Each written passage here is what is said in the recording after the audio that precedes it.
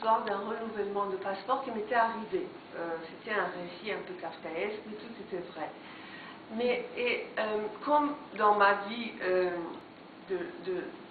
j'ai étudié le chinois, j'ai un doctorat de chinois, donc j'avais fait toujours des livres académiques et entre guillemets sérieux, qui étaient lus par 4 ou 5 personnes au maximum. Avec Passeport à l'iranienne, j'ai senti que je touchais un autre public et c'était pas vraiment pas plus mal. Et à un moment donné, j'ai senti que la littérature mise à part, quelque part, je devenais un petit soldat qui parlait de son pays.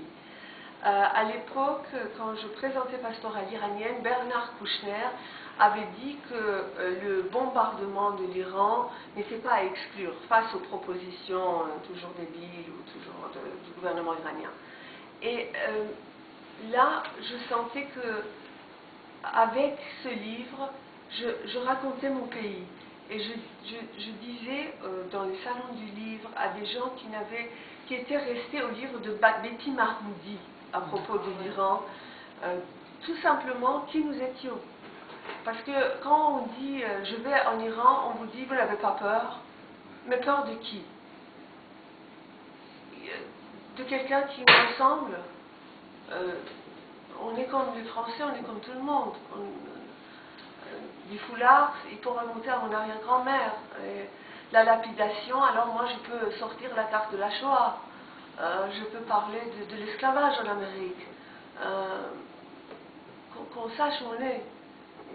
Voilà, alors je parlais de mon pays tout simplement.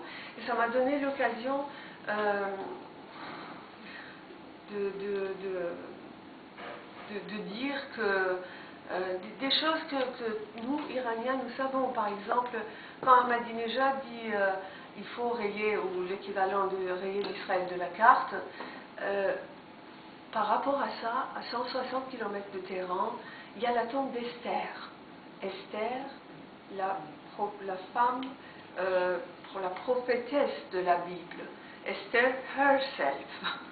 Et quand vous entrez dans la tombe d'Esther à 160 km de Téhéran, en Iran islamique encore, vous avez une étoile de David grande comme ce mur. Et c'est des femmes au tchador qui viennent visiter et prier Esther. Et dans la Bible, il faut lire Yahvé, le Dieu de la Bible, s'adresse à 2 personnes, à 2 hommes, directement, Moïse et Cyrus. Et il dit à Cyrus, roi de Perse, c'est par ta main que ma volonté sera exaucée sur la terre. Et dans la Bible, à part l'Israël, la 2e terre sainte est la Perse. Les Juifs iraniens sont en Iran depuis 25 siècles. Voilà. C'est des choses comme ça que je dis aux gens qui ne connaissent pas l'Iran. C'est très simple, mais j'ai vu que grâce à la littérature, je pouvais peut-être